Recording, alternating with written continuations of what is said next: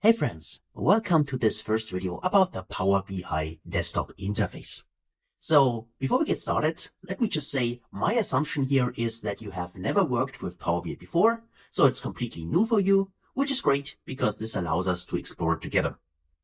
If, on the other hand, you already have seen Power BI or worked with it before, feel free to skip this lecture, but I would still recommend have a look at it, let's go through it and see whether you already really know everything which is inside here. So let's get started. When you first open Power BI Desktop, you should see an interface which is kind of similar to this one. Why do I say kind of? Well, the reason is that Power BI from Microsoft is under constant development. That means, depending on when you see this video, then the interface might have slightly changed. But no worries, because everything you learn here in this course is up to date and you can use it in Power BI. And also in the future, when I will re-update the videos, then of course you also will then see the other or new interface. So to get started, this is what you should see when you first open Power BI Desktop.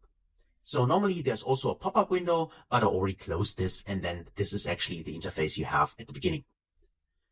Now, what we need in order to get started with Power BI is of course some data, right? And the way to import data into Power BI is quite simple, because already on the starting page here, it tells us to add data to our report. Now we have various options in here. The first one would be this one here. If we want to import Excel data, you can simply click on this Excel logo here, and then you can navigate to a specific folder on your desktop or on a shared drive you might have, and then simply select the file you want to use and import this in Power BI. The other option, I will not do this here now, are of course here also I can use data from SQL Server, or I can also here paste data into a blank table. So you can also copy and paste data into Power BI, Control C, Control V, or you can also try a sample data set. If you want to start with some sample data, this is financial data which comes from Microsoft. You can click here and select the sample data set. Of course, these are not all the sources we have in Power BI. We can also go to get data from other source. If the source you want to use is not there, then you can click here, get data from other source, and then a little window appears, just a second. There it is. And there we can specify the source we want to have. And you can see already there are quite a lot of data sources we can see here, right? So all data sources regarding databases, flat files, and also some web data sources as well. And of course, also the cloud like Azure and so on. If you want to filter this a little bit, simply go here in the search and type in the database you want to search for. For instance, if I search Oracle, just as an example here, I would see Oracle database in here. Or I could, of course, also pre-select the data I want to filter. For instance, if I want to have a file data source, I can go to File, and I would see all the file options I have. I can also go to other things like Microsoft Fabric, which is currently in preview here, and also other kinds of sources like Azure and others, and online sources and so on. So I would assume that you probably find the data source you want to connect to inside these options in here. So let me just close this. This was the second option to click here. And of course, there's also inside this ribbon menu on the top, the option to get either data from these sources here, like Excel Workbook. Then there's SQL Server. Enter data would mean we add data manually, so copy paste. There's the so-called Data Hub. Microsoft might rename this in the future, but right now it's called Data Hub. And under Data Hub, there are also data sources regarding Microsoft. For instance, Power BI datasets, data marts, lake houses, and warehouses. So all these ones are also from the brand new Microsoft Fabric. And then there's also Dataverse, which is also a database which comes from Microsoft directly. You can also go to recent sources if you have worked with Power BI before, and then you can refer to a recent source. Or the same menu as we've seen when we click here, there's also this Get Data option. You can click here, and then you can select the database or data source you want. And of course, you can also go to More. And if you do this, you will see exactly the same window appearing here. And again, you can choose the specific data source you want to use. So you can see there are various options to achieve the same thing in Power BI. And this is actually not only here the case, but this also you will see it later on, that this is actually something which I call redundancy a little bit in Power BI. So you can do the same thing on multiple places. But I personally think this is quite good, because sometimes you might not spot exactly immediately where to find a specific option, and then it's good to have it on various places. So let me just close this. I just wanted to mention that. All right, so these are the data sources we have in order to connect to data to get started. And this is something we're going to cover then, of course, in the next couple of videos. Before I continue, I would like to mention that currently my interface is always with the big icons, but some people prefer it to have the small icons. And there's an option, like for various, in this case, Microsoft products, to simply click on this little up arrow here and switch ribbons. And if you do this, then you have this kind of menu. So some people prefer the little icons here. And if you do so, please go ahead and feel free to switch to this specific view.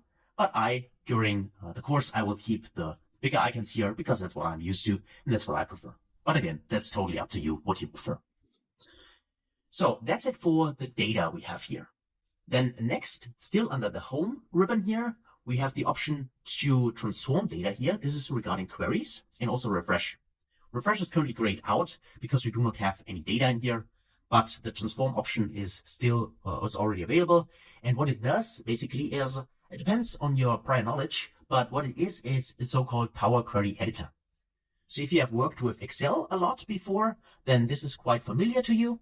But what it allows us, if you hover it, it also tells you, it allows us to connect to data and also to prepare data, to clean the data, to transform the data. What is meant by that is that most often, and you all know that, in the real world, the problem is that we have some data, but this data is, let's say, messy, right? It's not in the right format. We need to clean it. So we need to transform it in order to make it work for us and then create our reports, our visualizations, and so on. And this is what the Power Query Editor allows us to do. So we can use some kind of messy data, import it into the query editor, then we transform it, we clean it, we shape it exactly the way we want it, and then we load it into Power BI, and then with this clean data, we then create our reports. I also like to mention is that when we do this in the query editor, we do not change the underlying data. So all the transformations are done in Power BI, but our underlying data source will not change, okay? So that's also something I like to mention because not everyone knows that. Then under refresh, as I said before, it's kind of probably intuitive, but this just means that if you work with Power BI and in the meantime, the underlying data source change because, for instance, someone has edits the Excel file or the file you use in Power BI, and then of course you can click on this refresh option and then the imported data in Power BI gets refreshed and then you have the latest data. For instance, let's say there's a new month and you get new financial data and you want to refresh it, or new sales data and you want to refresh it, then you can simply click refresh icon here and you see the latest data in your report. Just make sure that the data structure does not change, because otherwise, if for instance some kind of columns are missing in your file, then of course Power BI will complain because it will not find the columns. Okay. So under visual options here, we have the option to import visuals into our report. And these are actually templates we have. So if I click on new visual here, for instance, you see that I have a template in here. It shows here bar chart, but it is actually a template which we now need to fill with data. So put something on the x-axis, on the y-axis, on the legends, and so on, right? So we can specify what we want to see here. Also, it tells us here, you need data to build a visual, select get data and add some, right? Because currently we don't have anything. But that's basically what it is. It's just a template for visualization if you simply click here. And let me just click delete here. Of course, there are also these kind of visuals here. These are the default ones which you can find. So let me just click on this to open the visual gallery. You can see there's a bar and column charts are there. There are line charts, waterfall, funnel charts, and so on. Various maps, the pie, donuts, the tree map, and so on. So all these kinds of visualizations are available for us. And also, if you are or have a data science background, there also are in Python visuals if we want to use them as well. And also some AI visuals, because the AI is also kind of hot topic right now, right? So there are also some built-in visualizations which use AI technology in Power BI. So next to this, there's also an option to add text box. So any kind of texts in Power BI. So if you simply click here, let me do that. Then you can see there's my text box, and now I can add some data here. For instance, I could say, hello, welcome to Power BI. So like that. And then if I press Control A, I can select everything, and then I can customize this. I can make it bold. I can change here the font if I like to have a different font. So theme, for instance, and also make this bigger. Let's say 20. You can see that it's bigger. I can make this also bigger. if I hover over the three dots, I can drag this around. You can also do it if you hover over the line sometimes, but I think this is more difficult. For me, I always use the three dots to drag it. It's easier for me. And of course, if I go here, select everything, Control A again, I can also then also use all these things I have here. I can center it if I would like to do this. I can write it in italic, underline it. I can also insert a link if I want to do this, and other kinds of options. They also can add dynamic inputs here. For instance, I can add a specific measure which I calculate, for instance, sales revenue, and this will be dynamic inside this text. This can also be added here. So I'm going to show this. Of course, we dive deeper into visualizations later on, but for now, let's just say this is how easily we can add text boxes in here, and of course, drag them around. Next to this, we have the option to add more visuals. So this just means that if the default visualizations we have in Power BI, if those are not enough for you, because you say, for a specific use case, I need some different visual, something which is not available in here, then there is an option to import also custom visuals. This is under more visuals. And there are two options, either from App Source or from My Files. The difference is that from My Files means that you would need to have downloaded the specific visuals up front. And then you can refer here, click here for My Files and navigate here, caution, import visuals and so on. But if I go to import now, I can navigate to a specific folder and then I can select the specific visual I want to use. From App Source, on the other hand, let me go one more time, more visuals, App Source, this will open a navigation window here, but I need to be aware that this will only work if you are signed into Power BI. So in order to use App Source from here, you need to be signed in with a Power BI account. You can sign up for Power BI for free, but you can only do it with corporate account, so your work email address, for instance, or institutional account, like a school or anything like that. There are some workarounds, but these are actually the normal default settings at least. So if I go to from App Source here, just to show this to you, just a second, then this window appears, Power BI Visuals, and there you can see there are a lot of visuals in here, which I can choose from. Some of those are free, other ones you have to pay for. They have some kind of features which are premium features, and they can only be enabled if you pay for the visual. So what you can search here, filter by specific topics, for instance, to find a specific visual. You can click the search here up there. You can sort by popularity, or also, which might be more interesting regarding company and environments, that you can search for Power BI certified visuals. Certified have this little blue checkbox here. And this just means that at least Microsoft has reviewed those visuals and said they are not harmful in any way. So sometimes companies allow, for instance, only Power BI certified visuals, and then would be a filter you can use in order to choose them from these visuals in here.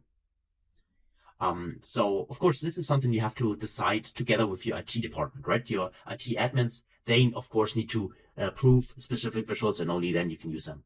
Because there are also some companies which do not allow any kind of custom visuals. So that depends on the specific company and the environment. So if you want to add something from here, for instance, if I say I have this chiclet slicer here and I want to use this, I simply click on it. And if I do that, it gets loaded. Just a second. And then we can see a little bit more information about it. Here it is. And then I can take a look at the sample. So I can download the sample, which is a sample report in Power BI where the chiclet slicer is used. Or I could also click on add directly. And by the way, here you can see the pricing. This, for instance, is completely free, this visual.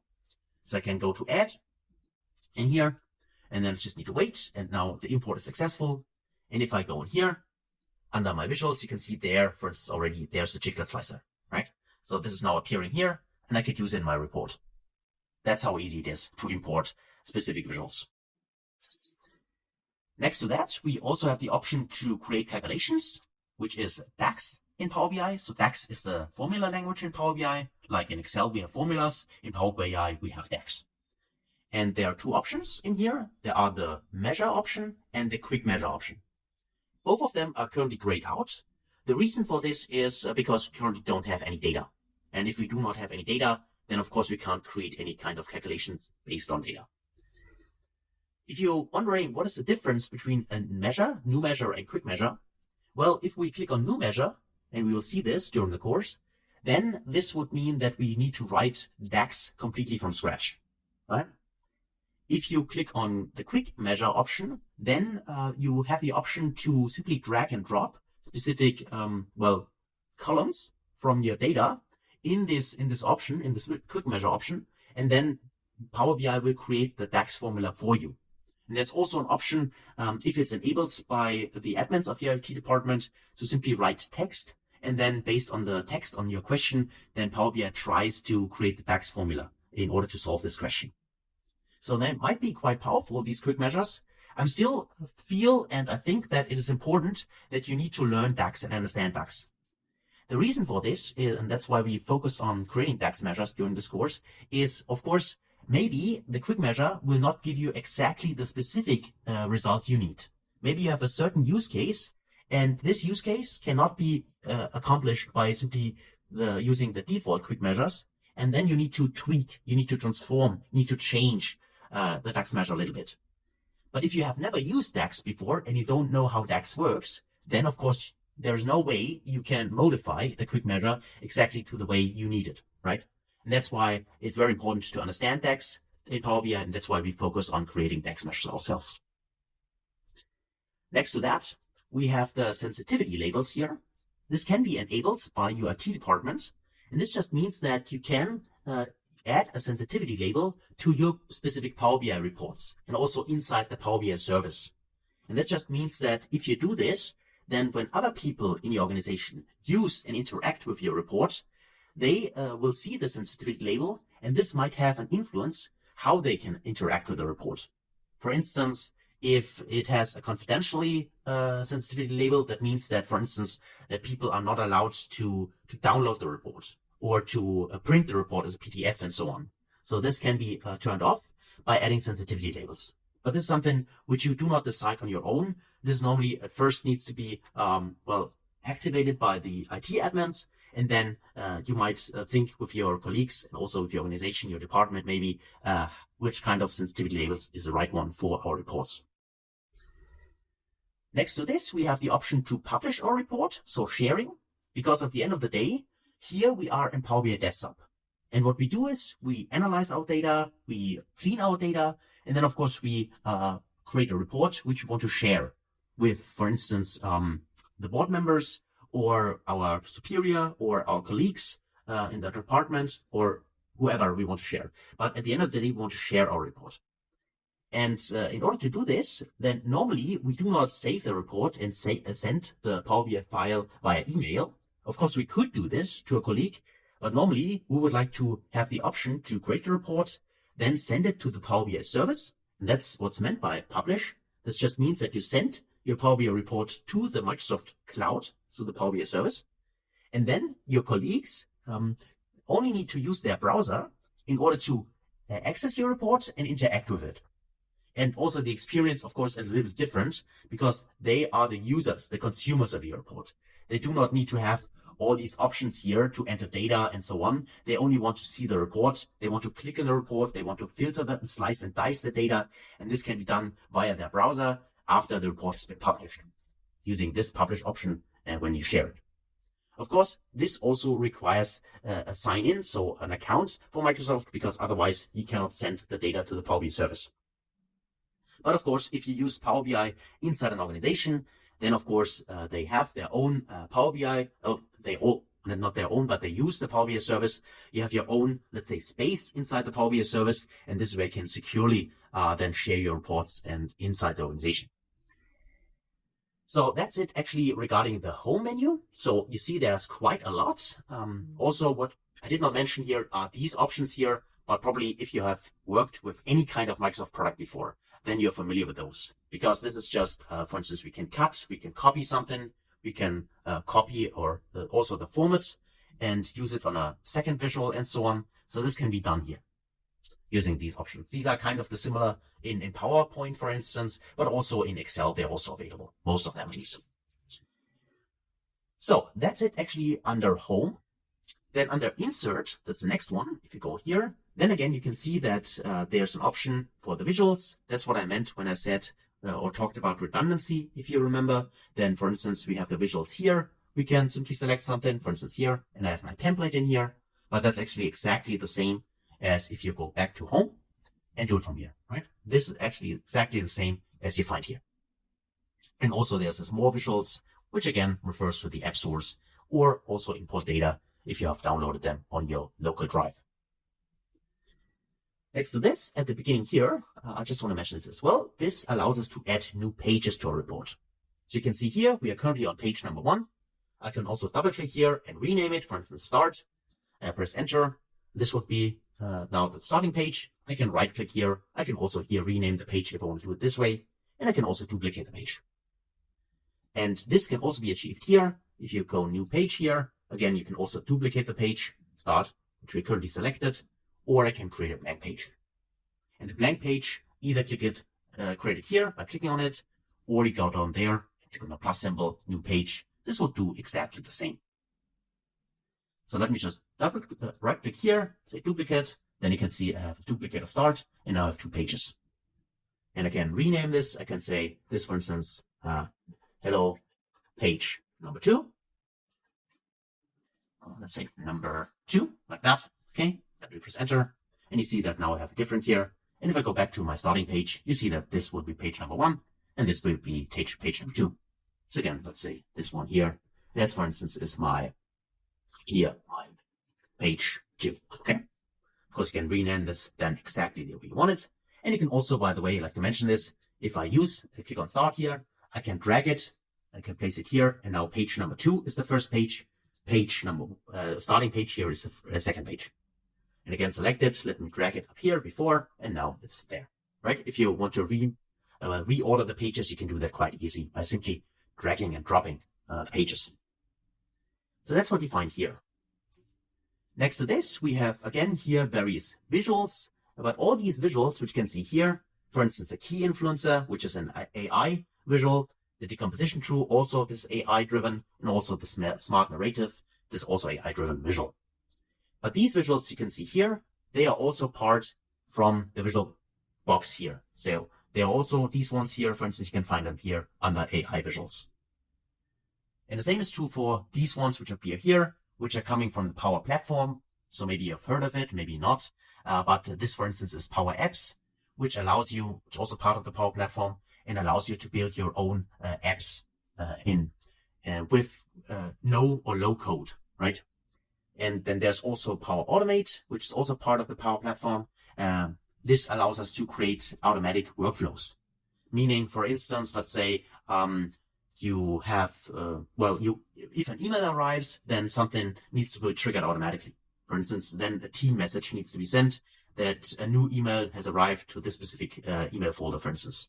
These processes, where we have a trigger and then something should happen, this can be automated by using Power Automate, which is a separate tool, but also a tool part of the Power Platform.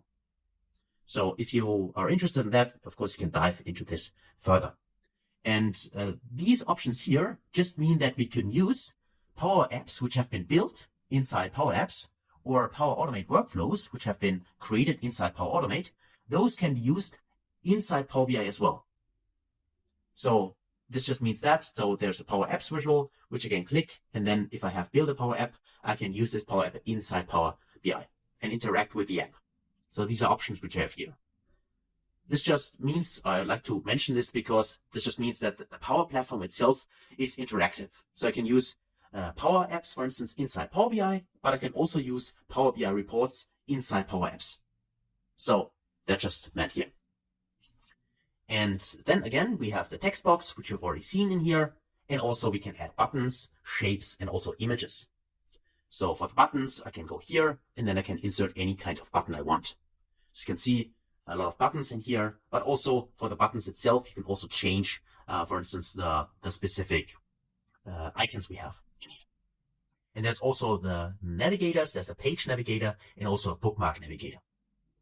So just to show it to you, if I go to page number 2 in here, for instance, I can go to buttons and I can use this back button here. I can tick this option, and now I have a back button. And as long as we are here in the Power BI desktop, we are developing our reports, I need to hold Control key. And you can also see that if you hover over that. In here, if you let me hover over it, you can see Control click here to go back to the previous page. So if I hold Control key and click on it, like that, you see that now I'm navigated to the starting page. So you can use those buttons, for instance, for page navigation. I can do that here, if I want to do this. And the Control click, this is only necessary as long as we are here in the developer, into the Power BI desktop. After we publishing our report, so remember, if you go to Home and publish it to the Power BI service, then if our end user is then consuming the report and interacting with the report, then he or she only needs to click with the left mouse button in order to navigate inside the browser. Okay, so that's it for the buttons, and we're going to use those buttons later on, of course, when we create our report. Then there will be further options where we can see how those buttons can be used. For the page navigator, I just want to mention this maybe because we have 2 pages, so I can show this to you. If I go to the navigator here and page navigator, then by default, that's what I have. Let me just drag this around like that. This will show all the pages by default, at least you have. So if I go click on Control click Start here, I will go to the starting page. So this gives me simply, instead of only one button, it gives me all the pages I have.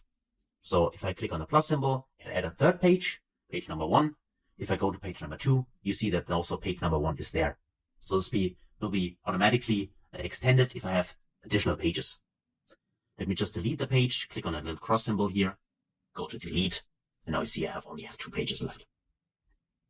So that's it, what actually this option here, Navigator and Page Navigator, allows us to do.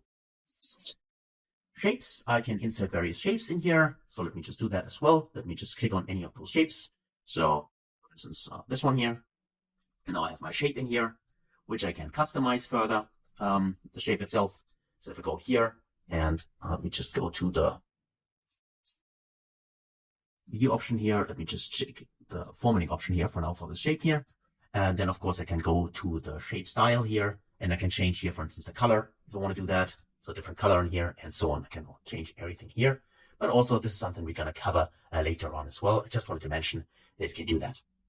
Also in the future, and I'm going to show you, currently it's not supported for all the visual, but you also have here a little icon here which allows you to change specific visuals. But again, this is something we're going to see in the next couple of videos. So that's it for shapes. And also let me go one more on the insert. Then there's also an option to insert an image. For instance, let's say you want to insert your company logo. This can be easily done if you have the logo somewhere stored. Then I go to image here, and then I can choose, for instance, this one, Power BI image, which I have here. And now I have my image here, and I can place it somewhere on my report page. Like here, that could be my company logo, and I place it somewhere and I have it inside my reports. So quite easy to do and insert it here. So beside this, under insert, then we also have here the modeling view. And again, some redundancy, what I want to call it, which allows us here to create new measures, which is currently grayed out, as well as also add quick measures, or also new columns and new tables. So new columns and new tables, just referring to a new column, we can add columns, so calculated columns, to a specific table which we imported. So that just means that allows us to create additional calculations and add those as a column to a specific table. That's also currently grayed out because we do not have any data. New table just means that we could insert a manual table. Or in this case, the manual table itself actually is under Home, Enter Data. This under Modeling here, we can create a table using DAX expressions. So that can be also done, and also something we might want to do during the course. So if you do not know what I'm talking about right now, it's quite difficult to imagine. If you have never seen Power BI before, no worries, I totally understand. But you'll see that when we do this during the course, it's quite easy to do, and then you understand what it does. Change detection, this just means that if you have a live connection, so to your underlying data source, then you can turn this change detection on, and then the page might refresh in real time, or let's say at least, for instance, every 5 seconds, for instance. Then this could be interesting and see that then, for instance, something changes. But this is only interesting for streaming data and data which is frequently changing. So it's not something we're going to cover during the course because most often that's not what you want. Normally, in most of the cases, you import the data in Power BI and then you refresh the data maybe on an hourly basis or once a day or once a month, anything like that. Parameters, this is much more interesting to us because parameters, you can also hover over it if you want to read more. But this can be used in order to do, for instance, what if analysis. So scenario analysis, actually. For instance, we can, what about if we have a price change of 5%? What could this, how can this affect our sales revenue, for instance? This can be done a little bit with those parameter options. And then there are also, this will be the numeric range, and there are also the field parameters, which allow us to create dynamic visualizations. And you'll see this when we're going to cover this during the course. So manage roles and view as, this is security feature. So when do we need this? Well, sometimes we create a report and our goal is that not everybody should see exactly the same data. So let's say we have some colleagues which are located in the US. We have some colleagues which are located in India, and we have also some colleagues which are maybe located in Europe. Now, our goal is that the colleagues in US should only see US data. The colleagues in India should only see the Indian data, and the European colleagues should only see European data. Something like that. But they all view the same report. So then we need to make sure that we create roles. And this can be done by manage roles. So we can click on manage roles and then create roles in Power BI Desktop. For instance, as I said, we have a US role, which only is referring to sales which happen in the US. And the same is true then for India and then for Europe. And then we need to assign those roles, which we created here, to specific users or to specific groups. For instance, to specific Azure Directory groups. And the assignment, this will be done in the Power BI service. So after we publish our report. But the creation of the roles, this is something we need to do in here, what we can do in here in the Power BI Desktop. And the view as is quite helpful because after you have set up your roles, your security roles, then of course you want to know, before you publish your data and assign people to a specific role, you want to know whether your role works, whether the security you have created works. And this can be done by simply then click view as, and then you have the option to choose any of the roles you have created. And if you select the role, then the data or the report will change based on the role you have. And then you see whether your security feature works or not. And that's quite helpful. So you know in advance that it works, and then you can publish it and then assign the people to the role. So the QA here, that's for our purposes now not very important. So this is regarding language settings for the Q&A, but for now and during the course, this is not very important to us. So I'll skip this for now. Under view, we can specify specific, templates in this case, which are themes, which we can assign to Power BI. So if you click on themes here, you see that there are quite a vast amount of report themes. Currently, this one is selected. But I can choose a different one, for instance, just to see this. If I click this one here, now you see this is a new theme. So that's how you can assign specific themes to Power BI, or this one here, and so on. So also what Power BI or Microsoft has done is it also added these accessible themes. Well, as far as I understood, the thing is that some people have difficulties, understanding or seeing color and differentiate between colors, right? Some people are colorblind and so on. And what Microsoft has done in the prior or past, recently, actually, they added additional themes which might be easier to spot for people who have some kind of disability regarding visualization or regarding seeing things. But this, of course, can further be customized. That's something I like to mention here. So if I select one of the themes, like this one, for instance, I have the option, and that's quite important, especially in corporate environments, because most often, for PowerPoint, for instance, and so on, you know this as well, you have a corporate identity, which means that you have specific colors next to your logo, of course, and specific fonts maybe you're going to use all the time, and you want to implement those in Power BI. And if you want to do this, then under the option here, you can go to the customize current theme, for instance. You can click on this, and then you can specify what kind of colors you want to use. So what's here, the first color, you can use a hex code here or RGB codes, and you can customize exactly the way you want it. You can do this for the texts. You can change the fonts family here for cards, KPIs, for the titles in your reports. For the visuals, you can change the color of the background, the border, the header, and so on. So everything here can be customized. And next to that, you also have the option. So if you change something and apply it, then it gets applied. But next to that, you also have the option. If you go one more time in here, you can also download the theme. So save the current theme, this one, and this will save a JSON file. And of course, sometimes it's easier for people to save actually the JSON file and then modify the specific template inside the JSON file. And if you do this, then you can go to the option, in this case, browse for themes. And this allows you then to select the specific JSON file you have modified and import a theme. So Power BI does not only allow to modify an existing theme inside Power BI, you can also create your own theme. And if you want to know how to do this, check the Microsoft documentation, because they specify exactly how a JSON theme needs to look like. If you do this for the first time for your organization, for instance. And then you can import the theme you have created and use this. That would be another option. So quite a lot of options to style here. And if you create reports for yourself, then of course you might also go to the theme gallery, because there are some people who have uploaded themes to this gallery. That's just an internet website where you can take a look at what themes they have created, and you can also download them and use them if you want to do that. But most often for a company environment, that's not that interesting because they have already set up their default colors and so on. But that's what you can do here.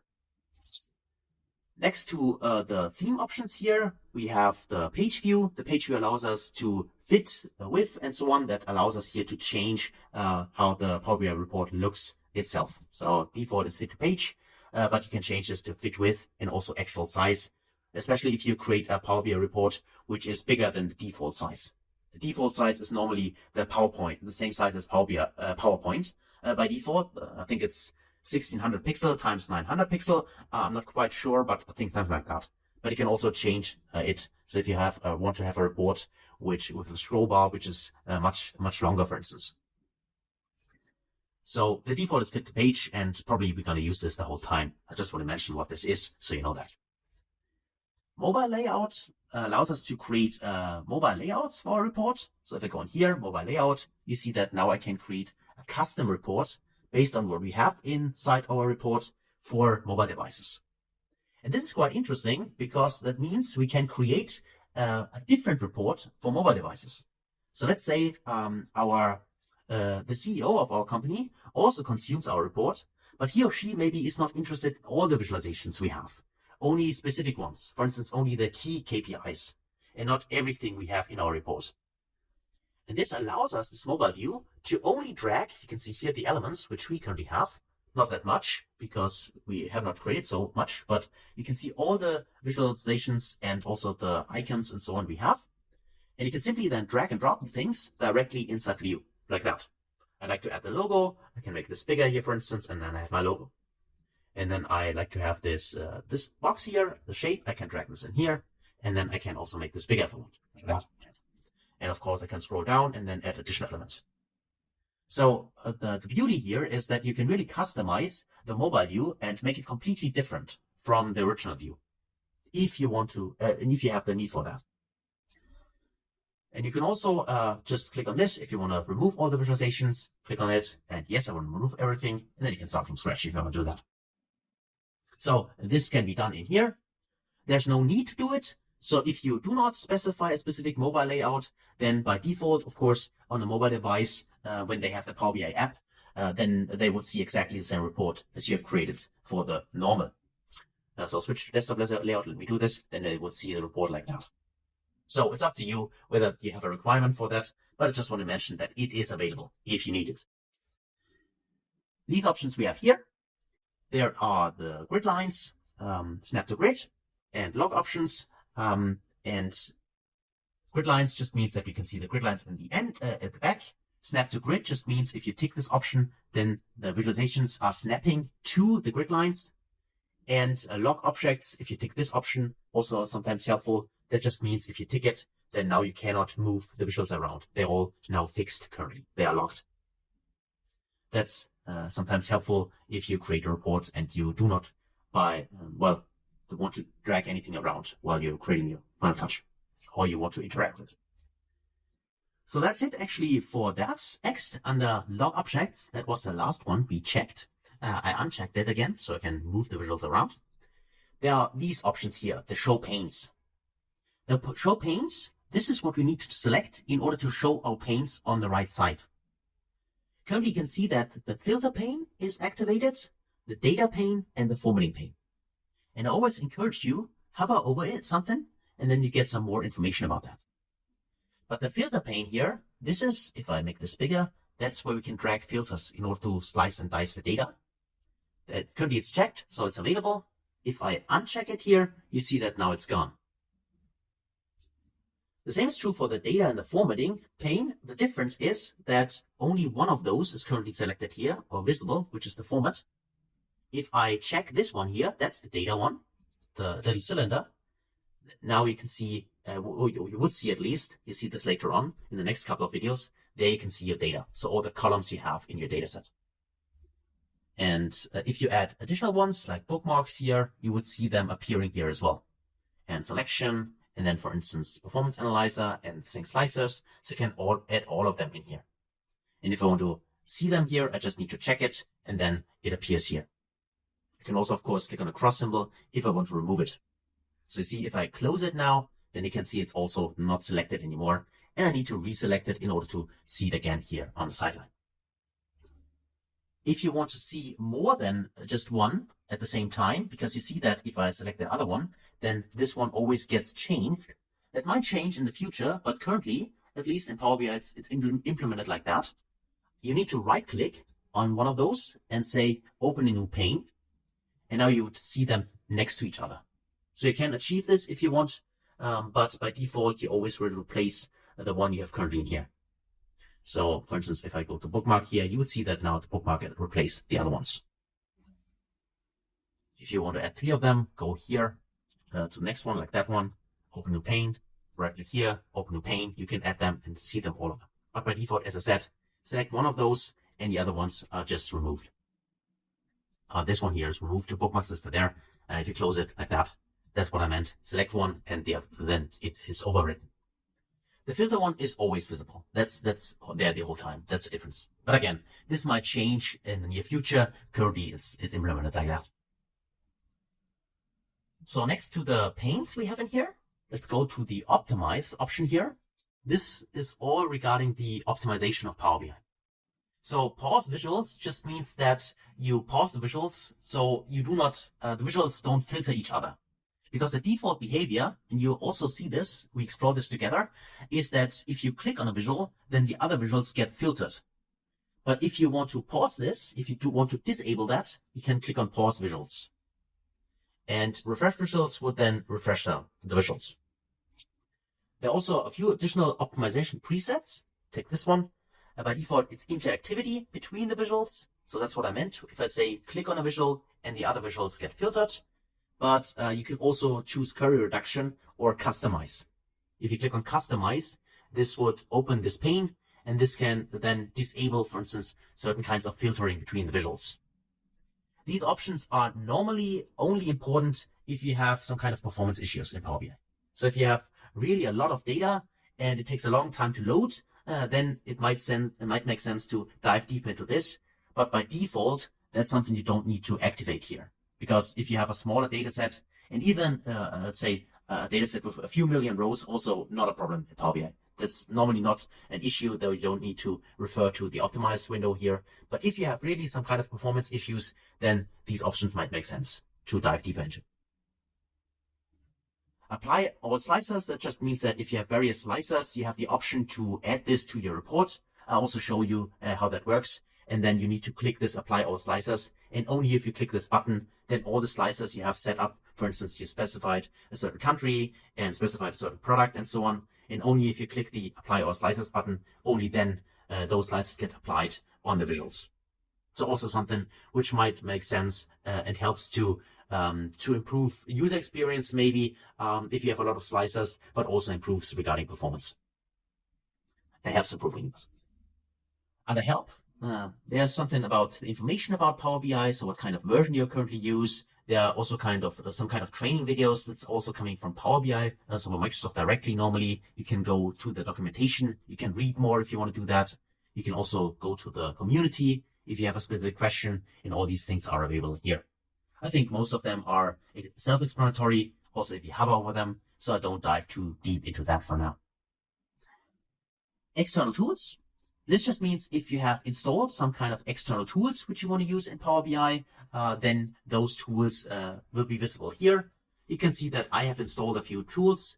By default, they should not be visible for you because you do not use them. But if you have installed them, if you have installed external tools, they will appear here and you can use them by simply clicking on them. Also for now and for this course, they are not that important, but I just want to mention that this is available here.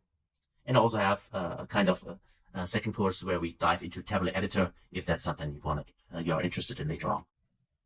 But that's basically it regarding all the tabs in here. So quite a lot we have covered, and I totally understand that, of course, there's no need for you to understand and fully grasp everything we have seen so far. But the main goal here is really to give you some kind of guide, some kind of tour, so you see what's available in here. And also, then you will see later on when you're going to use those features and remember, okay, that was that.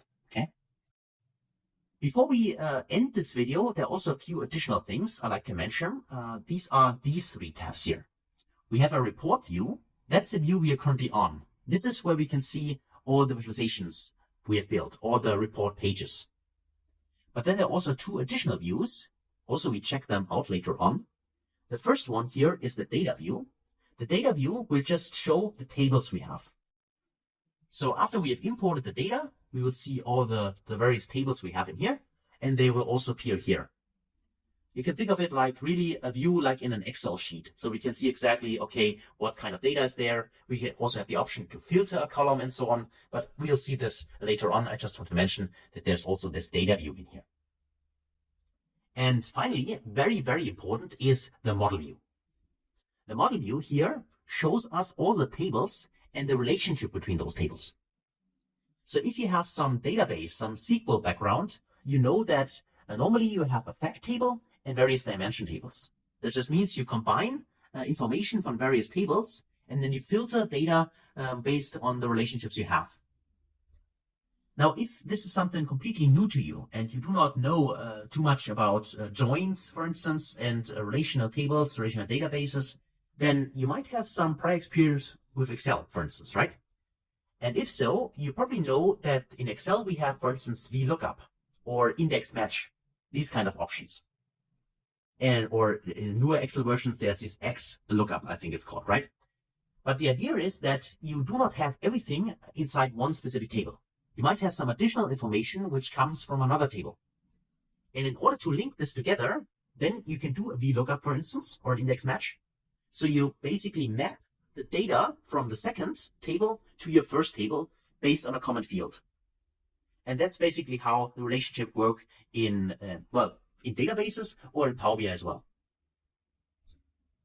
So for any database administrators and so on, that was probably quite simple how I explained it, but hopefully for everyone here who is not familiar with that, that gives you some kind of intuition what it is. And this in the model view, this is where we create those relationships between the tables. So if we have various tables, they have common fields, and we want to combine them in order to slice and dice our data, which comes from different tables, then we need to create relationships, and this will be done in here. And we're going to do this together in the next couple of videos then. So that's basically it as a tour through the whole Power BI interface.